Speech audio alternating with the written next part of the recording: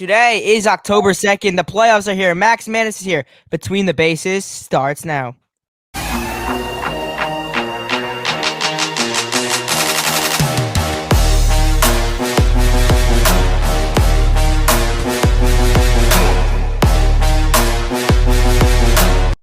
Hello, everyone, and welcome back to another episode of the Between the Bases podcast. The playoffs are here. Max Mannis is here. Max, how you feeling about the playoffs? It's good, guys. Thank you guys for having me. Always appreciate you having me on.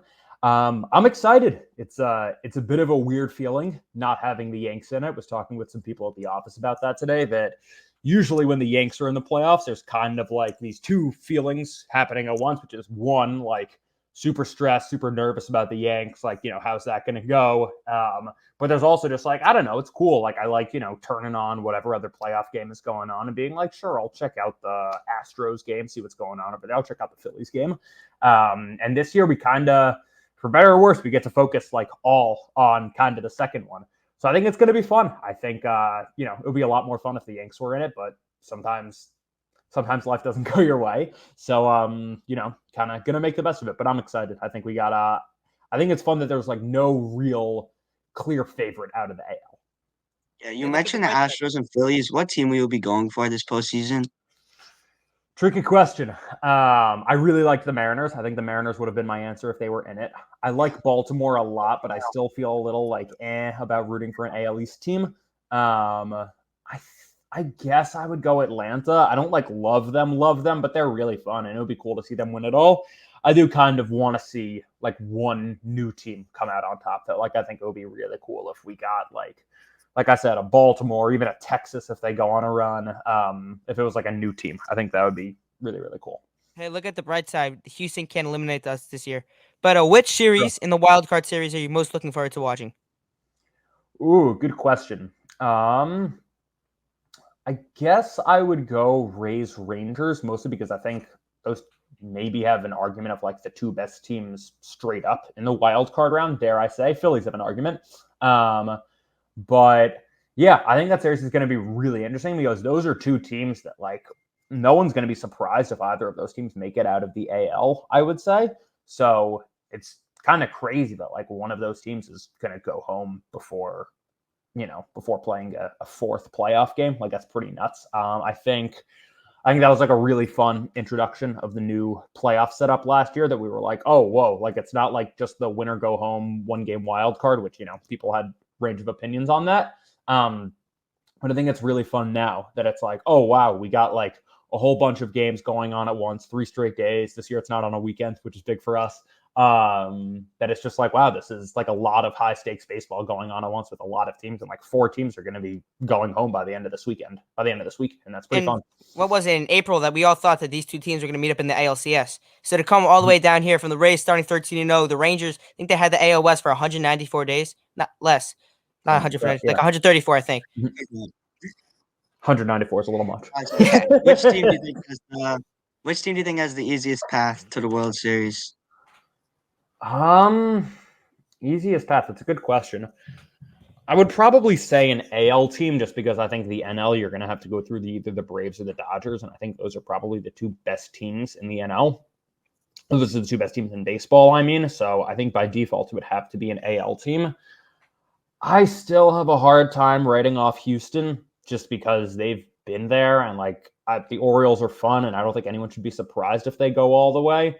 But at the end of the day, like, they have a lot of guys that haven't been there before, and there's something about Houston being like battle tested that I think, like, who's writing them off? Like, what do you have to write off on Houston right now? You could say, oh, they're not X like last year, they're not Y like 2019, 2017, whatever it was. Sure. At the end of the day, they're still making it to the ALCS and usually to the World Series basically every single year. So I think for that reason, I guess I would go with them, just because they also have the bye working in their favor. So yeah, I think I would go Houston, but I don't think anyone has an easy path per se. What are your thoughts on the MLB seeding? Because the Rays are the 4 seed, and if they win, they play the Orioles, and those are the top 2 teams in the AL. So you think they should reseed, or you think they should keep it as is to make it more interesting? I think anything you're gonna do is gonna screw someone over no matter what. I don't think there's any real perfect way to do it, because even if you do it by record, it's still gonna be tricky because you're playing your interdivision teams more like, the central teams every single year. I hate to say it, but it's like, all right, the Central teams kind of get exposed in the playoffs time and time again because they've been beating up on the other crappy Central teams all year. So I don't really have a solution because I think anything that you're going to do, people are, there's always going to be one team that feels like they kind of got screwed as opposed to if it was another way. But I certainly don't think it's like a great system. So, yeah. Yeah, because you got Toronto, who's the 6 seed, playing Minnesota, who's the 3 seed, and the Texas is playing the 4 seed Tampa, and they should be playing the easier team. Yeah, I hear that. I wish I had a great solution. I can't say I've dove into the numbers. I'm sure there is a better solution out there. I just think that it's always going to be tricky because record isn't always necessarily the best indicator of the best team. There's strength of schedule stuff that goes into that. There's always going to be, they traded for this player at the deadline. Now they're better. They had this guy hurt. They didn't. There's always going to be arguments. It's always going to be tricky to objectively say who's the better team. So I don't know. We'll see, but it's a good question. What would you think if they switched to like an NBA style seeding with 8 seeds and then the one plays the 8, 2, 7, so on? Think that would work as well? I wouldn't want there to be that many playoff teams. Like NBA having 16 playoff teams. Like the NBA playoffs last 2 months. I think about that every year. That it's like by the time the NBA playoffs come around, by the time the finals come around, it's like, dude, we've been doing the playoffs for so long. So I don't really want baseball to get there. But yeah, I don't know. I do think like expansion is definitely coming. There's definitely going to be 2 new teams coming, and there's going to be 32 teams. So they're going to have to figure out something to do about that. My guess would be they're just going to do 4x8 or 8x4 or something like that. 8 divisions with 4 teams. So I don't know what that's going to look like. I'm sure that'll be a hot topic discussion when that comes around. We probably got a couple of years until then, anyways, though. Today we got the news that Brandon Woodruff might be out for the whole wild card series. What does that mean for the Brewers? Do you think that Diamondbacks now have an actual shot because they don't go Burns Woodruff? Definitely the better shots. Definitely good news for the Diamondbacks. I think I would probably still take the Brewers in that series just because home field means something. I want to say their lineup is deeper, but I can't say that with like confidence. But they're kind of just differently built teams, I would say. Like the Brewers lineup is a little more power heavy, and rotation-wise, I don't know, because like Gallen and Kelly are great, but they're going to be going games 2 and 3, I think, on short rest. I'm not certain, but I'm pretty sure on short rest. So yeah, I don't know. I'm not writing off Milwaukee by any means, but that's definitely a tough blow for them. And like beyond that one series, that's a tough blow for them moving forward. If they want to have any kind of shot of knocking off Atlanta or the Dodgers, it's going to be really tough to do without a healthy Brandon Woodruff, because when that guy is like really going, he's damn good starter. Corbin Burns has been, I think, he hasn't been his best self for a lot of the second half, I think. I could be wrong. I know his last start was good. They pulled him after like 4 innings to rest him, but I think he was good. So yeah, I don't know. We'll see. The Brewers are always an interesting team because their bullpen is always pretty strong, and their lineup kind of always just like has guys who just get the job done, even if they're not flashy names, which it's always a question whether that plays in October or not. So I guess we'll see. The past few years, the Rays have been very good in the regular season, but have failed to really make real runs in the postseason. Besides 2020 when they lost in the World Series, do you see them making any run this year? I mean, we'll have a better answer in a few days. I think I would take the Rays over Texas, mostly just because that Texas bullpen is like such a question mark. Not even a question mark. It's like bad. It can't be relied on. Yeah. I was talking in the office today about like, usually if your team has like a bad bullpen, usually you know it going into the playoffs, but it's not something that's like widely known throughout the league. Like, sure, maybe there are teams that are known to have better or worse bullpens than others, but it's very rare. Like I was saying, I can't remember the last time that all 29 other fan bases knew that like one legit playoff contender had like a really bad bullpen the way they do with the Rangers. Like I can't remember the last team where you could talk to a Yankees fan or a Reds fan or an A's fan or whatever it is, and across the board, everyone's like, yeah, that team's bullpen is a real worry. Whatever. There's ways you could figure that out in the playoffs. Maybe the Rangers give the ball to Andrew Heaney in the 6th inning and they say, it's your ball till the end of the game or something like that. There's ways that you could figure that out. But I think you would be remiss to bet against the Rays this early. I'm not saying they're going to go on a deep run. I'm not saying they're going to knock off Baltimore or whatever other team, but like they won 99 games. That means something. They're, sure, they've had injuries. Their pitching could be better, but like still a really strong staff. And it's a lineup full of guys who like the names don't jump off the sheet, but they produce year in, year out. So there's something to be said for that.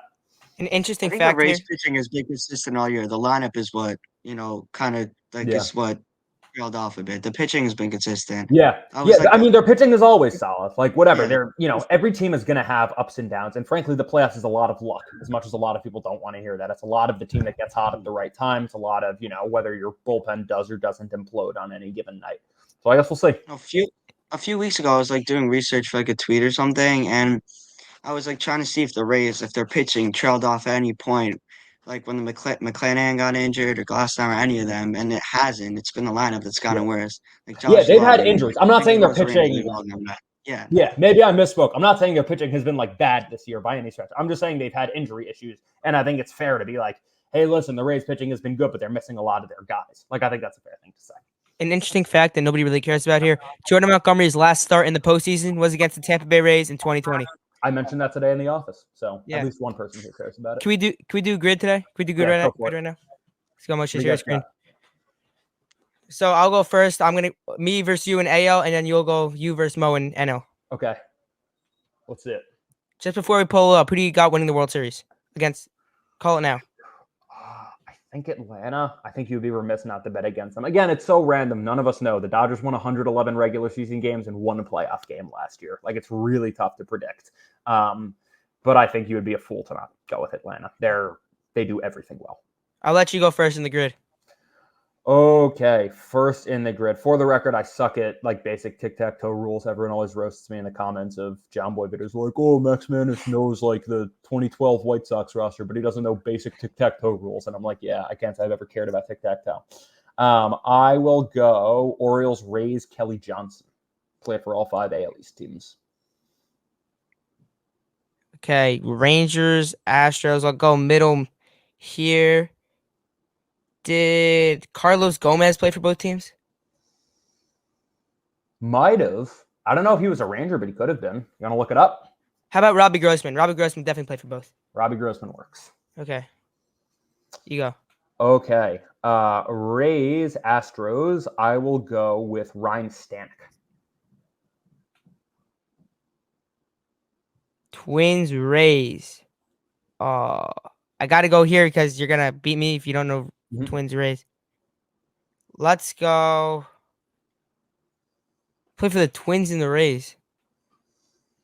I'll just go Rangers, Orioles, Kyle Gibson. Okay. In that case, I will go Twins, Rays, and I'll go with my John Boy Media coworker, Trevor Plouffe. There you go. You beat me there. Is that a wrap? Let's go to the NL side. Well played. Okay, NL. All right, Max, you can go first. I can't see it on your guys' screen unless I'm looking at the wrong thing. No, wait. I couldn't see any. Oh, okay, there we got it. Yeah. I'm going first. Phillies, Braves. I will go with Jeff Francoeur. Marlins, Dodgers, Miguel Rojas. Good poll.